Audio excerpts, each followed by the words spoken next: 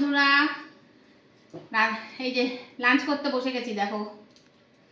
আর লাঞ্চে আজকে বাবা তুমিও বসে গেছো যে টাইম মতো একদম।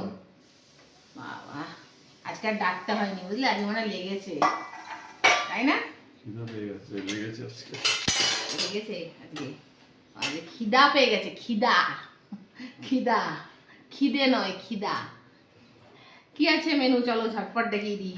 এই যে ভাত, অনেকটা ভাত নিয়ে বলেছি আমি, এটা উঠিয়ে দেবো।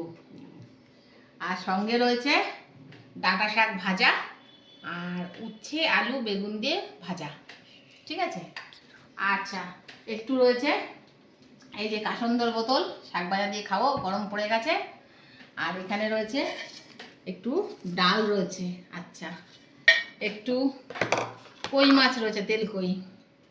আচ্ছা আর রয়েছে আজকে চিংড়ি মাছের ঝোল খাবো বলেছি সবাই, আলু পটল ডাঁটা দিয়ে চিংড়ি মাছের ঝোল, ফার্স্ট ক্লাস খাওয়া।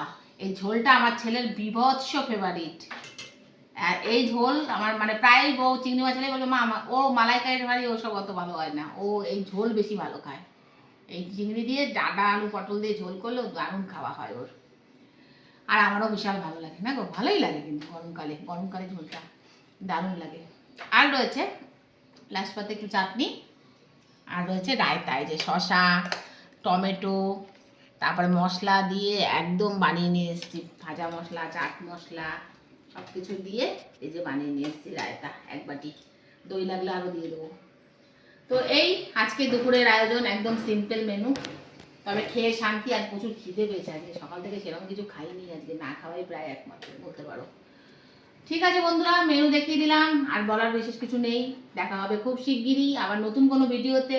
ততক্ষণের জন্য ভালো থেকো, সুস্থ থেকো, সাবধানে থেকো। আর আমার ভিডিও ভালো লাগলে লাইক শেয়ার সাবস্ক্রাইব করে পাশে থেকো।